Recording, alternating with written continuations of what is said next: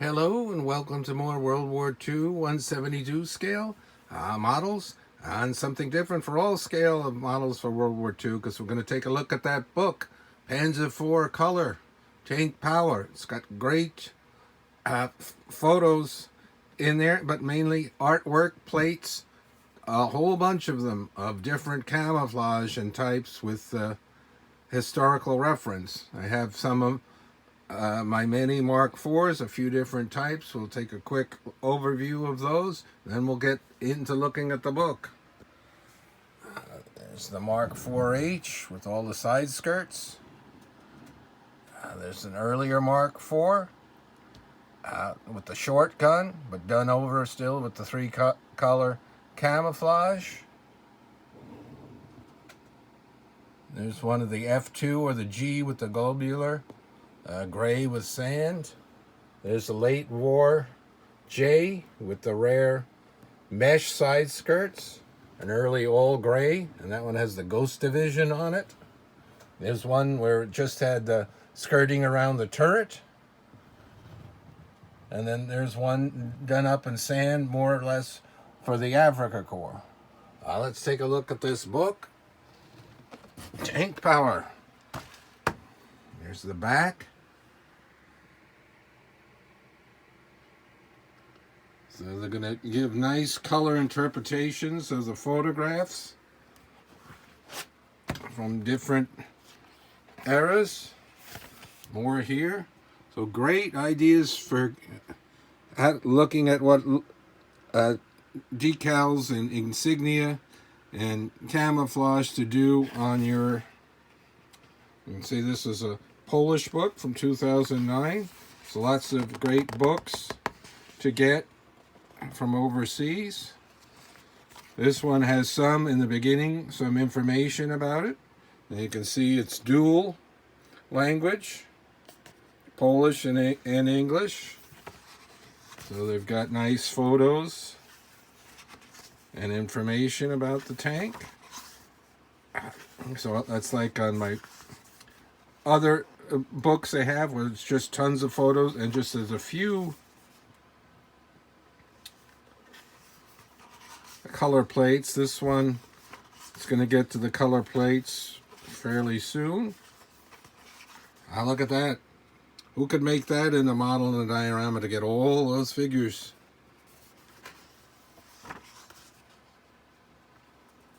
Very nice book, and here we go. They start here.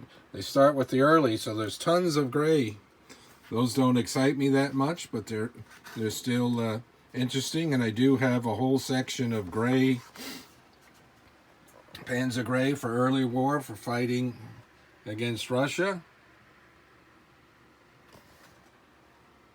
And of course, they used the gray earlier in fighting against France and in Poland, the Low Countries.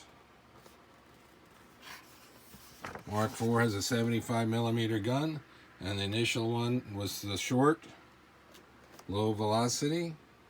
So they give you a look at here. We just saw that on that gray tank, the Ghost Division symbol. That one's a cool one.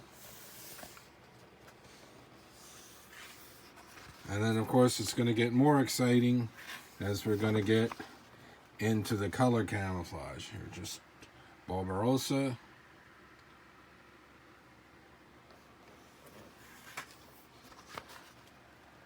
And then they're going to have a little bit of Africa Corps, some snow.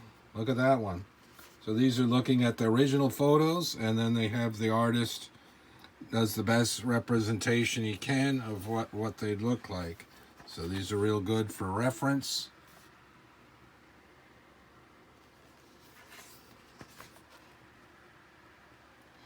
So this one is sort of like this one. Here they've got a 224. Here they put a 924. But so it's basically a representation of this one. It is an F2 with the globular. So some of those are pre-made, like Dragon, and then one or two are models I built. It's fun to collect the die cast. That's unusual, seeing the wheel up there on the turret. Yeah, so they had this muzzle brake, wasn't the double, so it was different looking. Go on and on.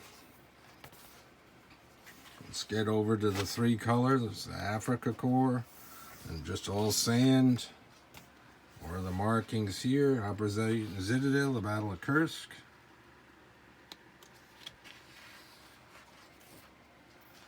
Some real wild paint jobs. So when you're doing your camouflage, you either do your own thing, or you could look at one of these and get inspired and do something similar, or try to do something almost like it. I like that one. It almost looks like tiger stripes on there, the sand on the gray. Some of them with, like that one, with only the skirting left on there. And that one.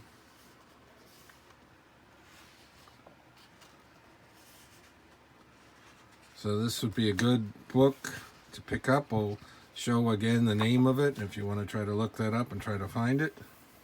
Look at that one's real complicated.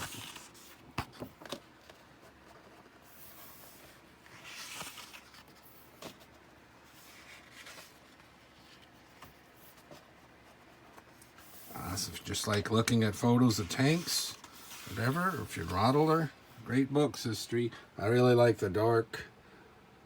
And the color of this one is December 44 for the Ardennes.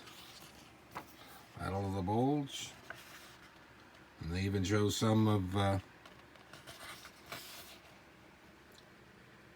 like a Bulgarian. They had a few. Look at that one, this late war with the dot. I've seen some modelers do that on different scales. That's really cool looking.